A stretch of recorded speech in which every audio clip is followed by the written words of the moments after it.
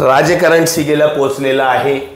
निवडणुका अगदी 10 दिवसांवर येऊन ठेपल्यात। मात्र मी गेले 8 दिवस मनोहर सांडभोरांना फोन करत होतो। मनोहर जरी माझे वर्गमित्र असले तरी पण त्यांनी काही वेळा माझा फोन उचलला नाही, कारण नंतर कळलं ते प्रचारात बिझी आहेत। हरकत नाही, ते त्यांच्या पक्षाचे त्यांच्या गटाचे नेते आहेत। मात्र मी माझ्या मित्राला आज सर्वात आधी शुभेच्छा देणार आहे। मनोहर, सर्वप्रथम तुमच्या शुभेच्छा तुम्हाला। तुमची एक बिनविरोध महिला नगरसेविका आज नगर परिषदेत गेलेल्या आहेत। नेमकं आज काय म्हणाल? बिनविरोध झाली, त्यामध्ये पक्षाचा फार मोठा विजय आहे। शिवसेना पक्षाने उद्या आमचा प्रचाराचा नारळ फोडायचा आहे भोपळगावला सकाळी 9 वाजता, त्याचं नियोजन चाललं होतं। पण आजच आम्ही नगरसेवक निवडून आणलाय, त्याचा नारळ फोडलाय आणि ज्यांनी सर्वांनी सहकार्य केलं त्या 40 उमेदवारांनी त्यांचे आभार। मला एक सांगा, निवडणुका अगदी जवळ आहेत, तुम्ही असेल तुमचा पक्ष असेल सगळा अगदी ताकदीने रणांगणात उतरलेला आहे। मात्र आज आपण तुमच्या प्रभागाचं बोलायला आलोय। या सगळ्यामध्ये तुम्ही नगराध्यक्ष पदाचे इच्छुक म्हणून उमेदवार होता। त्या पदावर इच्छुक म्हणून न जाता दुसऱ्याला संधी दिली, भले ते तुमचे मित्र असतील आणि स्वतः फक्त नगरसेवक म्हणून राहिलात, या मागचं काय राजकारण आहे? या मागचं सांगायचं याआधी पण माझी टर्ममध्ये मला संधी आली होती, पण आठूभाऊंनी काही गोष्टी आम्हाला टाळायच्या होत्या साध्य पुढच्या, त्यासाठी थांबलो। तेव्हा आठूभाऊचा शब्द ऐकून थांबलो। आत्तासुद्धा आमच्या दोघांमध्ये भाऊचं म्हणणं होतं आठूभाऊचं ला, पण काही अडचणी असतात ते आपण आपल्या समजून थांबलं पाहिजे।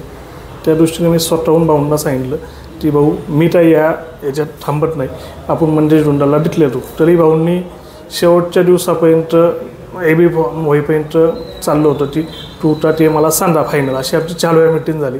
पण मी क्लिअर माझा एक शब्द होता की भाऊ मंदेशला चान्स आहे। म्हणजे भाऊनी कुठलाही दबाव न टाकता तुमच्या ठरवायला सांगितलं 100%। ओके, आणि मग तुम्ही सर्वांनी मिळून मंगेश गुंडाळे यांची निवड केली? मंगेश आणि मी दोघांनी बसून आमच्यात आणि भाऊ बसून मी स्वतः क्लिअर केले की बाबा मंदेश शेटला फायनल टाळा। मी मंदेशसोबत ठाण्यात आलं आणि मंदेश शेट गुंडा जरी नटला झाला तर जग नेता म्हणून मी तिथं काम राहणार आहे। सर्व प्रभागात काही असेल ते काम राहणार आहे। नागरिकांनी मंदेश शेटलाही चांगल्या मताने द्यावं, आमचे सर्व नगरसेवक चांगल्या मताने निवडून द्यावं। वार्डात जसं आमच्या वार्डात काम झालं आहे तसं लाजून शहरात ह्यावेळेस काम ठेवून देणार। आता योगायोग आम्ही शिंदे गटात दिलेलो आहे। शिंदे गटात जेव्हा जायचं होतं तेव्हा आठूभाऊनी मला येत नेलं, तर अजून आळंदीचे काही माणसं होती, चाटणचे काही नगरसेवक, आम्ही 12-13 जण गेलो होतो मुंबईला। शिंदे साहेबांसोबत स्वतःसोबत मिटिंग आमची झाली, तेव्हासुद्धा त्यांनी आम्हाला सांगितलं नगरविकास खातं आपल्याकडे, तुम्हाला पाहिजे तो निधी। तेव्हा मी स्वतः तरी कोणाशी बोललो नसं, पण उपमुख्यमंत्र्यांशी बोलायची संधी आली मला। संधी आल्या तेव्हा मी त्यांना क्लिअर बोललो की साहेब आम्हाला नगरविकासासाठी फक्त निधी प्रॉपर पाहिजे, गाव सुधारणा आली पाहिजे। आणि आत्ता गावाने जर नगराध्यक्ष म्हणून मंदेश गुंडाला चान्स दिला, खालचे नगरसेवक आपले निवडून द्यायचे जास्तीत जास्त, तर शिवसेना पक्षातून निधी हा काय असतो हे आजपर्यंत जे भाऊच्या माध्यमातून हा मोठ्या प्रमाणात निधी लाजडोह शहराचा विकास होईल याची जबाबदारी आम्ही सर्वांनी घेतलेली आहे। फक्त लाजडोह वासियांनी बहुमताने निवडून द्या, शिवसेनेचे कॅन्डिडेट निवडून द्यावं। ती तो निर्णय जनतेचा आहे मनोहर, ते 2 तारखेला ते घेतील, मला त्याच्यात मध्यात पडायचं नाहीये। मात्र ज्या पद्धतीने आता तुम्ही सांगितलं की तुम्ही उपमुख्यमंत्र्यांशी भलेही ते एक वाक्य का होईना बोलला असाल की साहेब आम्हाला तो निधी द्या, गावचा विकास झाला पाहिजे, तुम्हाला असं वाटतं चला आपण 2 मिनिटं पकडूयात की तुमची सत्ता आलीच, तुम्ही गटनेता म्हणून जाल नाही जाल तो विषय नंतरचा, मंगेश गुंडाळ तिथे नगराध्यक्ष म्हणून काम करतील हाही विषय 2 सेकंद बाजूचा। मात्र जर अतुल देशमुख गटाची तिथे सत्ता आली तर तुम्ही जास्तीत जास्त निधी आणाल असं वाटतं तुम्हाला? 100%। आत्तासुद्धा आठूभाऊ जेव्हा विरोधी म्हणजे सत्तेत नव्हतो, शरद पवार गटात होतो, तेव्हासुद्धा आम्ही आमच्या कौशल्यावर भाऊच्या वरतीवर कौशल्यावर आम्ही निधी आणला। आत्ता भीमा नदीच्या घाट बांधणी याच्यासाठी 2 कोटीचा निधी आणला, त्या टायमिंगला कोणत्याही सत्तेत नव्हतो, त्याचं टेंडर झालं, त्याची वर्क ऑर्डर झाली, काम चालवायचं, पण आचारसंहिता हे झालं की होणार। आणि सगळ्या पहिल्या मिटिंगला माझा स्वतःचा प्रस्ताव होता की भीमा नदीचा घाट व्हावा, गणपती विसर्जनाचा घाट व्हावा, हे माझं स्वप्न होतं। पहिल्या मीटिंगला मी विषय घेतला होता, पण तेव्हा 17 काही अडचणी, पण तो आत्ता पूर्ण झाला. 1,92 लाखाचं एस्टिमेट झालं, टेंडर झालं, टेंडर पण पूर्ण झाले, ते वर्ल्ड ऑर्डर झालेली, ते काम थोड्या दिवसात चालू आहे, इलेक्शनसाठी चालू आहे. पण ते स्वप्न होतं पहिल्या टर्मला, ते पूर्ण झालं, याचं समाधान वाटतंय. गणपती विसर्जन राहिल्यानंतर तिथं जो राडा असतो ते पाहून तसं वाटायचं. पण मला एक सांग, 15 साली पाहिलेलं स्वप्न 25 साली पूर्ण करतोयस, म्हणजे 10 वर्षाचा गॅप. ह्यात आम्ही 2 ते 2.5 वर्ष सत्तेत होतो. तेव्हा पहिला नाटलाधीश नव्हते, नंतरचे नाटलाधीश होते. त्या टायमिंगला ताई आम्हाला डावललं गेलं, बाजूला होतो आम्ही. समजा त्यानंतर 5 वर्ष प्रशासनाचा चालू होता, त्याच्यातसुद्धा आम्ही निधी आणण्यासाठी याच्यासाठी पावलो. तो एवढा वेळ पूर्ण झाला समजा, आणि त्याचं टेंडर वगैरे सल्ली निधी भेटणं हा फार कौशल्याचं काम आहे. प्रभातात शेवटी प्रभातात पण आणायचं आहे. आपल्या प्रत्येक नजर माझ्यासोबत जेवढे असतात, प्रत्येकाच्या वार्डात 1 रस्ता 2 रस्ते आणायच्यात, हे सर्व मॅनेज करून त्याच्यात पण ते 2 कोटी बाकीच्या यांना आणलेले आहेत, पण ते पूर्ण झाले. म्हणजे तुम्हाला त्या पुढच्या कार्यासाठी जे तुम्ही आता तुमचं जे स्वप्न पूर्ण करायचं त्यासाठी मनापासून शुभेच्छा. यंदाच्या निवडणुकीतील सुशिक्षित नेतृत्व म्हणजे सर्वसामान्यांची आपली भगिनी. सर्वांच्या मनातील नाव सौ सुप्रिया अमित खुमटकर. तर येत्या 2 तारखेला लक्षात असू द्या, सौ सुप्रिया अमित खुमटकर यांनाच मतदान करा. तुमच्या प्रभागात तुमच्यासोबत ज्योतिताई वाडेकर आहेत, ज्योतिताई संदीप वाडेकर.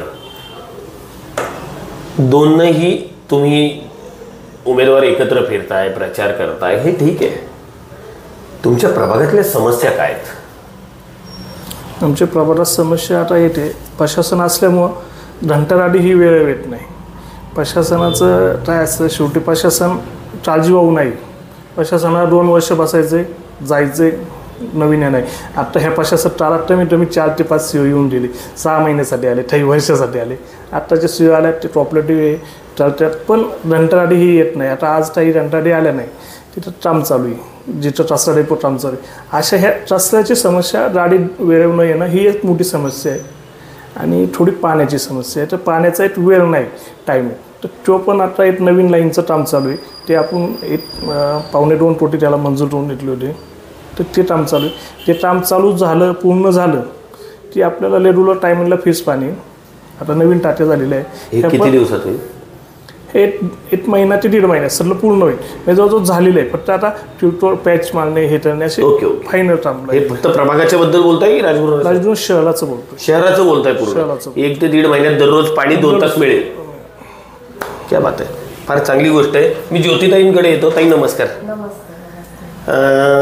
एक बँकेच्या अधिकारी, शिक्षित युवती किंवा शिक्षित महिला, मात्र पहिल्यांदा राजकारणात येत आहे. बरं, तेही तुमच्या मानलेल्या भावाबरोबर. म्हणजे मनोहर सांडभोर हे आधीचे इथले नगरसेवक, आणि आता त्यांच्या हाताखाली तुम्ही काम करायची इच्छा ठेवताय. नेमकं तुम्हाला असं काय वाटतं की तुम्ही ह्या क्षेत्रात आलात, आधी बँकिंग क्षेत्रात, आता या राजकीय क्षेत्रात यशस्वी व्हाल? मोठ्या भावावर विश्वास ठेवूनच या क्षेत्रामध्ये पदार्पण करते आणि त्यांची खंबीर साथ आहे मला. बहिणीला त्यांनी खूप सपोर्ट करतायत आणि त्यांच्या साथीनेच मी पण या प्रभागासाठी काम करण्याची इच्छा ठेवते आणि नक्कीच त्याच्यात यशस्वी होईलच. या सगळ्यामध्ये तुमचे पतीसुद्धा आधीपासून समाजकारणात आहेत, संदीप वाडेकर, ते सुद्धा आमचे मित्रच आहेत.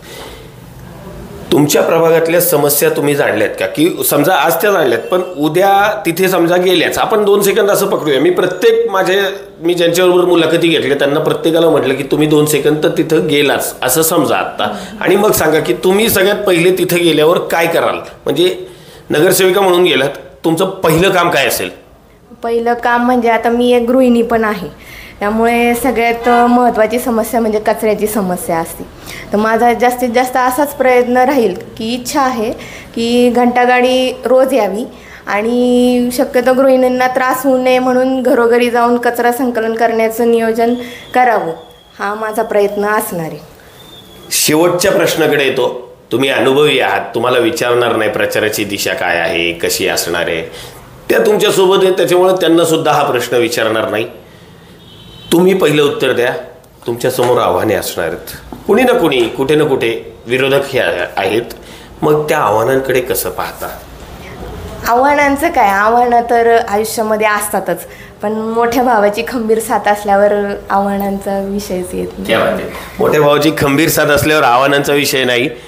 मनोहर सांडभोर, आव्हानांकडे कसे पाहता? आव्हानाकडे 5 वर्ष मी नगरसेवक असताना जी कामं केली आहेत, त्यानंतर 65 सुद्धा मी तिथं जाऊन कामाचा फॉलोअप देणं, हे सगळ्या ज्या गोष्टी केल्या आहेत आणि प्रभारासाठी जो काम केले, ह्या कामाची मला पावती भेटणं हा माझ्या नागरिकांचा मला विश्वास मत राहिलो आणि मी त्यांच्या ढालातला एक माणूस आहे असा आजपर्यंत मी माझ्या प्रभारात आहे आणि इथून पुढे असंच लागणार आहे सर्वांसोबत. त्यामुळे मला माझ्या मित्रांवर 1% विश्वास आणि त्या माझ्यासोबत ज्योतिताईंना पण सहकार्य करणार आहेत. यानंतर 2 तारखेला नागरिक काय करतील हा नागरिकांचा प्रश्न, तो जनतेचा प्रश्न. मात्र मनोहर यांच्याशी बोलताना एक नक्कीच विश्वास जाणवला की त्यांनी जो विजन ठेवलंय, जो दृष्टिकोन ठेवलाय, आणि मी माझ्या प्रत्येक त्या बातमीमध्ये पहिल्यापासून सांगत आलोय, शिक्षित युवक, एज्युकेटेड युवक म्हणजेच शिक्षित युवा आणि ज्याला खरंच विजन म्हणजेच विकासाचा दृष्टिकोन आहे असे लोक तिथं पाठवा. कारण जर ते कधी चुकले तर तुम्ही त्यांना नक्कीच त्यांचं कान ओढून प्रश्न विचारू शकता की तू हे का केलं नाहीस, आणि निश्चितच तुम्ही नागरिक म्हणून ते प्रत्येक व्यक्तीला तिथं गेलेल्या विचारू शकता. मात्र ते ती वेळ येऊ देणार नाही, ह्याच शुभेच्छा.